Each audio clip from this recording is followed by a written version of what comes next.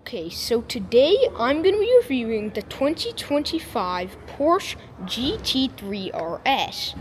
This is probably one of the cars that I've been wanting to review for like as long as I had my YouTube channel, and it's also probably one of the most track ready and best cars for the track that you could buy that is actually road legal, and you could drive it on the road and it won't break down every 2 miles. And so we're going to be reviewing this piece, so let's get into it. And so first let's talk specs. This car is powered by a 4.0 liter naturally aspirated 6-cylinder engine, which produces 518 horsepower and 342 pound-feet of torque. And even though those numbers aren't like bonkers, like 700, 800 horsepower, like the GT2 RS, it is still one of the fastest cars around the Nürburgring to ever grace this earth, which is, that says something in itself. And that much power, and seriously, not that much torque, makes this car go from 0 to 60 in 3.2 seconds, or as Porsche claims. But the true 0 to 60 is actually surprisingly quicker than that, because it's only 2.7 seconds, which is quite shocking for a car with one of the biggest wings in like human history. And yeah, also it has a top speed of 184 miles an hour, and all that power is goes through a 7-speed manual or automatic way. I believe either automatic or manual gearbox. And that goes straight through the rear wheels and helps this car be one of the most unbeatable cars that's ever graced the track. That's road legal. And so now that I've told you those specs, let's get into the design. So first thing, and probably the most prominent thing, and that practically every person in this world will notice, is this rear wing. This, just for a fun fact, is the largest wing ever put on a Porsche. It's the only wing that goes above the roofline of the Porsche, which is actually quite shocking. It's like GT3 type of wing. You have these really big wing like ends right here. You have these like little smooth pieces, almost the shape of an airplane wing. You can't really tell, but it goes down and it goes upwards. You have also this like extra piece right here that actually can move up and down, because you could actually see right here and right there it moves up and down. You could put it in DRS mode. And for F1 fans, yes, I said DRS because this actually has DRS like an F1 car. And for people who don't know, it is actually like the wing is, right now it's actually in DRS mode, but the wing, it's usually straight up like this to create downforce. But if you're at a like drag racing strip where you're racing cars, then in order to make it go faster, be more aerodynamic, you make it go like this. You just press a button on the car, and it goes flat like this, and the air will fly more smoothly over it. Actually, on a lot of racing videos, you'll actually see that it actually works. You have this really cool like structural frame thing. It looks really neat. The rear braking lights, these 2 brake lights, and like one connected in the middle with these little like plastic bits. You have these little winglets right here that help push air into that pretty bonkers engine. I'll show you right here. You could see the air intake areas over there. You actually could push that, and that's your gas filler. For people who might not have noticed where the gas filler was, that's where it is. You could actually fill it up on both sides of the car, which is actually really interesting and one really cool part about this car. This also lifts up.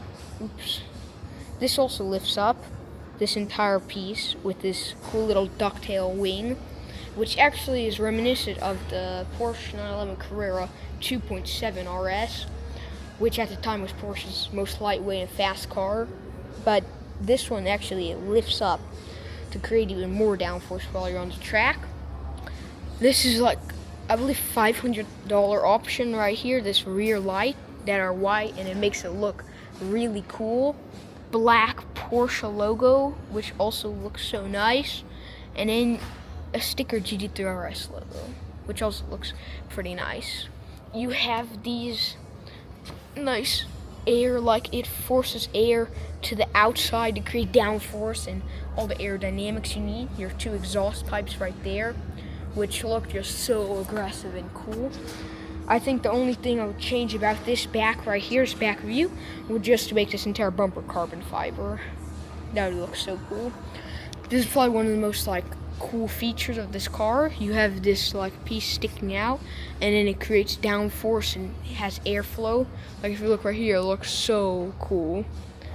This like a lion. It's almost like, if you look at it from the side, like cut off to create those inlets. You have actually a Turbo S type air intake, which is interesting. So this is probably like Turbo S base, but with a naturally aspirated engine. And you have your really cool Goodwheel, let's see, 30 ZR21s. You have center locking wheel badges, which actually, not badges, but like it holds the wheel in place, which is actually pretty rare. It's only usually on race cars. You have your RS logo right there. Such cool rims. And then these brakes. Those brakes, they must be like 11 inches. Those are just massive brakes. And some of you guys might not notice, but actually this back wheel, it actually is pushed in a little more. I'm not sure why, maybe for aerodynamics, but it makes it sure look cool. You have these big side splitters, followed by another one of those massive like cut off type of pieces. And you have this air outtake area. The air comes out of that, out of the wheel bay, because the wheels get hot and stuff like that.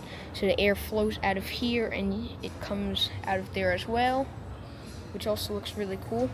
You have also more of your nice aerodynamics. You can kind of see like a split between there, and that's also to let air into the tires.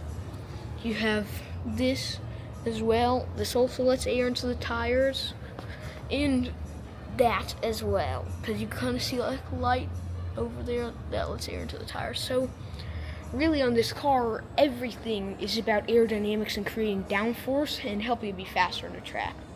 And Porsche is actually coming out with a 2026 GT3 RS, and really I don't know how they're going to make this more aerodynamic or just more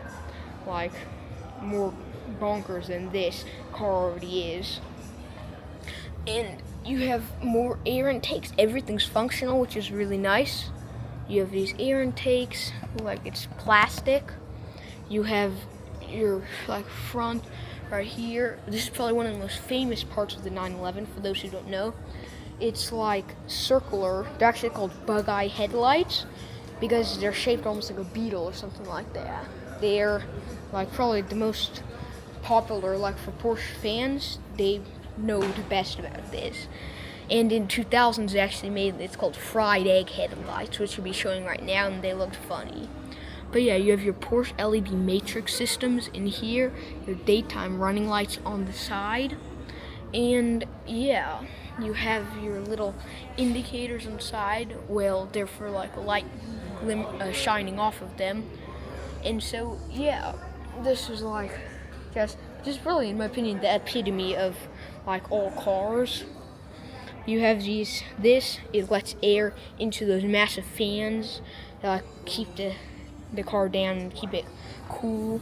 You have these pieces for the air to flow over, which look like so good. And the GT3 RS with WISE trackage, it looks even cooler. But yeah, you have this Porsche logo, which is, it's actually supposed to be a sticker, but they might have like waxed over or something, because I can't even feel the sticker. Usually I could feel the sticker, but here it feels like it's just in the actual hood, which is interesting.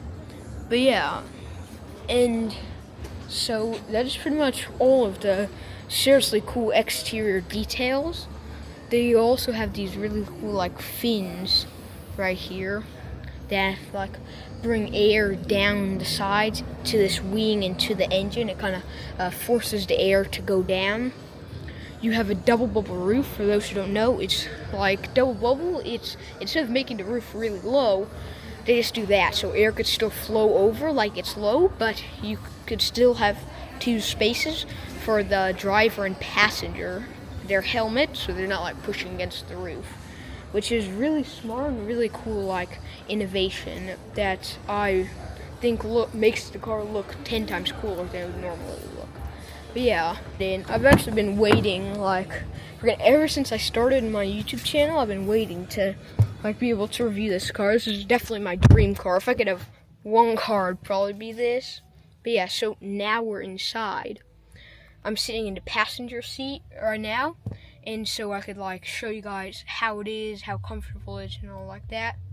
But first thing I noticed is these bucket seats. They are not the most comfortable, but they are definitely more comfortable than a lot of other bucket seats. Like, because I reviewed Aston Martin DBS, and let me tell you, those seats were carbon bucket seats as well. They look really good. But those are the hardest seats I've ever sat in my life. It was like if I just taped together two cardboard boards and just like sat on them. That's how comfortable it was. This is way more comfortable, and I'll show you. It's not like extremely comfortable, but you have some padding. You have some padding here, some padding there. You have all-weather floor mats, which are definitely nice, especially in a car like this. One cool thing also, since this is my first time, I just noticed this really. You have these little dots, and they slowly get bigger and bigger and bigger and bigger until they become like big circles, which is a really interesting design. You have these Bose speakers. One interesting thing I wanted to show you was actually this, and I just noticed it. You have your Bose speakers right here, your expensive, nice Bose speakers, and then you have a holder to hold trail mix or something in it. And I'm not sure why you'd want to put something on your brand new like nice speakers. Doesn't really make sense. But yeah, you have these pull handles to hold on to. You have this nice like great pull thing to open the door, and I'll actually show you guys later in the video when we near more to the end of it. But that actually reminds me of a Ferrari, what is it called? F40, the Ferrari F40, they had this string that you pull. And this is like a little more high-tech. Well, not high-tech, but it's a little easier to use. But it's the same type of, it reminds me of the same type of thing that they use in the Ferrari F40, which is a cool little fact. You have this nice carbon fiber trim here, and then this like white stitching, which looks really nice as well. More carbon trim around here, and yeah, that's pretty much it for the passenger seat. I'll be staying on this side though. Let's try the seat belts. Super actually light and comfortable, but they like become pretty nice. You have these carbon fiber side edges, which also look really good. Let me turn it down. You have these carbon fiber edges on the outside right here. It's actually gonna be leather, and the reason why they did that is because most of the time when you're driving inside, when you turn, you'll just be like this, and there's like this you go lean against this arm area that you rested on. But this side, there's nothing to lean against, so if you're going like this, then there's something that you could be pushed against and it won't like hurt you or anything like that. But yeah, you have this like cool Porsche cup holder, GT3 RS, which is slightly hard to see, but yeah, you have this yellow GT3 RS. You have your gear shifter right there, and also you have your storage area right here. Let me go down, which actually isn't the most spacious. You might be able to fit your like, I don't know, a phone or something in there, but not much could be fit into there. And since that happens, they luckily made this. You have a legit amount of space in here, even though it's filled with stuff right now. but you have all the space you need in there, which is definitely a plus since you don't have too much space in the armrest. This is probably one of the really cool things that 99% of people won't even notice. You pull that out and it becomes actually a cup holder, and this will push down if you have a larger cup, which is really neat. And you just push it back up and push it in, and it makes it like it's a really cool little design hidden into the actual car. You have also, let's show you the screen now. The touch screen is actually pretty simple, and I'm actually happy that's pretty simple because I'd rather have this type of touch screen than a Tesla Cybertruck touchscreen. You have your navigation, media, phone, vehicle, air conditioning, notifications, home link, devices, Apple CarPlay, Android Auto, Sport, Chrono, and settings. If you go to vehicle, you'll actually see your configuration. This is the configured car, what it looks like. Full drive mode configuration possible in the instrument cluster. You have drive mode normal. You could put the sport exhaust system on.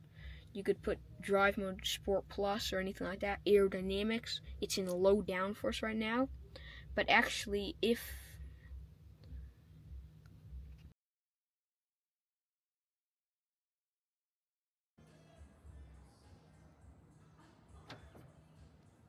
so now that you saw that, that's what it looks like when it's changing aerodynamics.